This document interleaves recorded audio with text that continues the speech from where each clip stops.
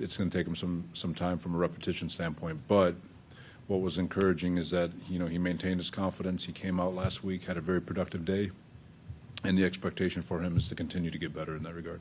What did you think of Gibson? He flashed a couple times and he drew a couple penalties on them as well. Yeah, he's another guy who, he got here real late and out of necessity, and he's taking advantage of his opportunity.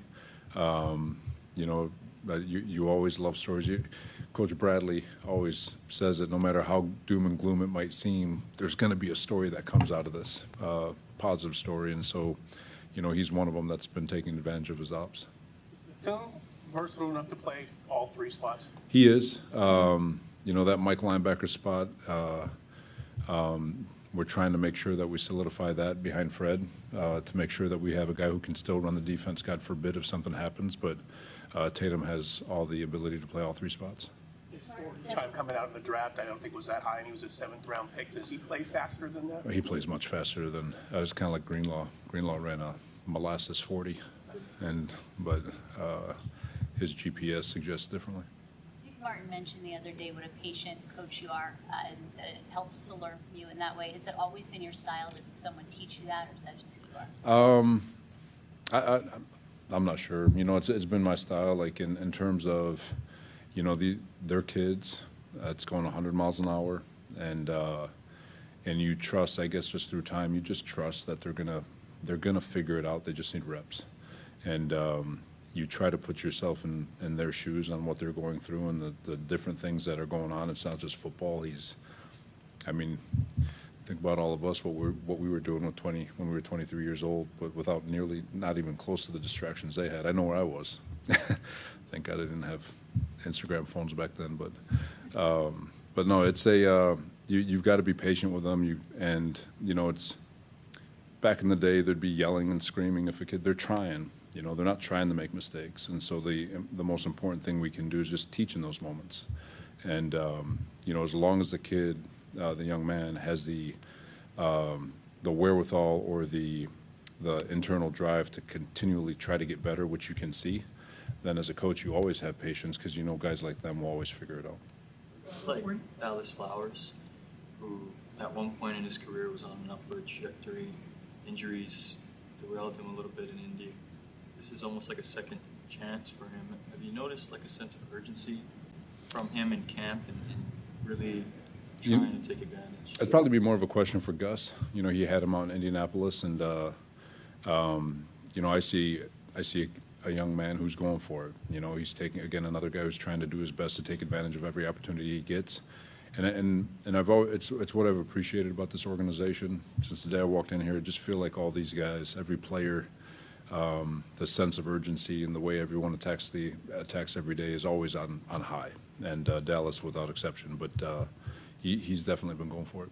Robert, when you're the Jets head coach and you've got all sorts of other responsibilities, which I'm sure you love some and maybe didn't love others, but was it always like when you got to go and do your defense, is that still the favorite part of the job for you? Anytime. I've said it before, like you get to that chair because of your football acumen, and then all of a sudden you're a firefighter. And so when you get to go in the film room and watch tape, it's like, oh God, I'm back in my comfort zone. But anytime, it's what got us there. So of course you always want to get back to that. Maybe a stupid question, but I guess given like some of the time constraints and everything, how did you improve and become I assume you feel like a better defense coordinator? That's a good question, E. Felt like I was able to spend a lot more time with the offense, and just trying to be a head coach and, just making sure that we're all focused on one goal to accomplish what we were trying to accomplish from a goal standpoint. But, so you learn a lot of offense and you learn what they're looking at and you start to see the windows that they see, I guess. And so when, it gave us the opportunity to watch defense from a different light. And so you can see what they're trying to attack. You can see how they game plan. You can see what they're looking for, and so it just gives you a different angle as to how to approach it from a coordinator standpoint. Robert, I know you guys have Did some of that happen by like osmosis, or at some point are you like, Hey, this is actually really helpful. No, from the gig, Kyle, and I've said it before, his team meetings are as good as anybody in football. I'm not going to speak for anyone else. I just speaking for Kyle Shanahan and all the head coaches I've been around. His team meetings are the most educational. If you are any kind of a person, you write down everything he says, you're going to get better leaving his team meetings. And it's like stealing the information he gives. So, if you're a student of the game, you're going to look for every single edge you can. And so when you're in different areas where you can learn and apply it to multiple facets of football and all the different things that it only helps. After missing so much time, how is Alfred Collins coming along? I mean, especially conditioning-wise. Yeah, his legs are getting under him. I know he didn't love the game he had against Vegas, but love the way he's bounced back this week. He's done a really nice job this week, especially in the run game, showing you could just see the violence and the strain that we saw in college is starting to show up little by little. And, I know he wants some of those plays back from the Vegas game, but his trajectory is still going in the right direction. Put him out of the right weight where you want him? Is that kind of where? Yeah, it's,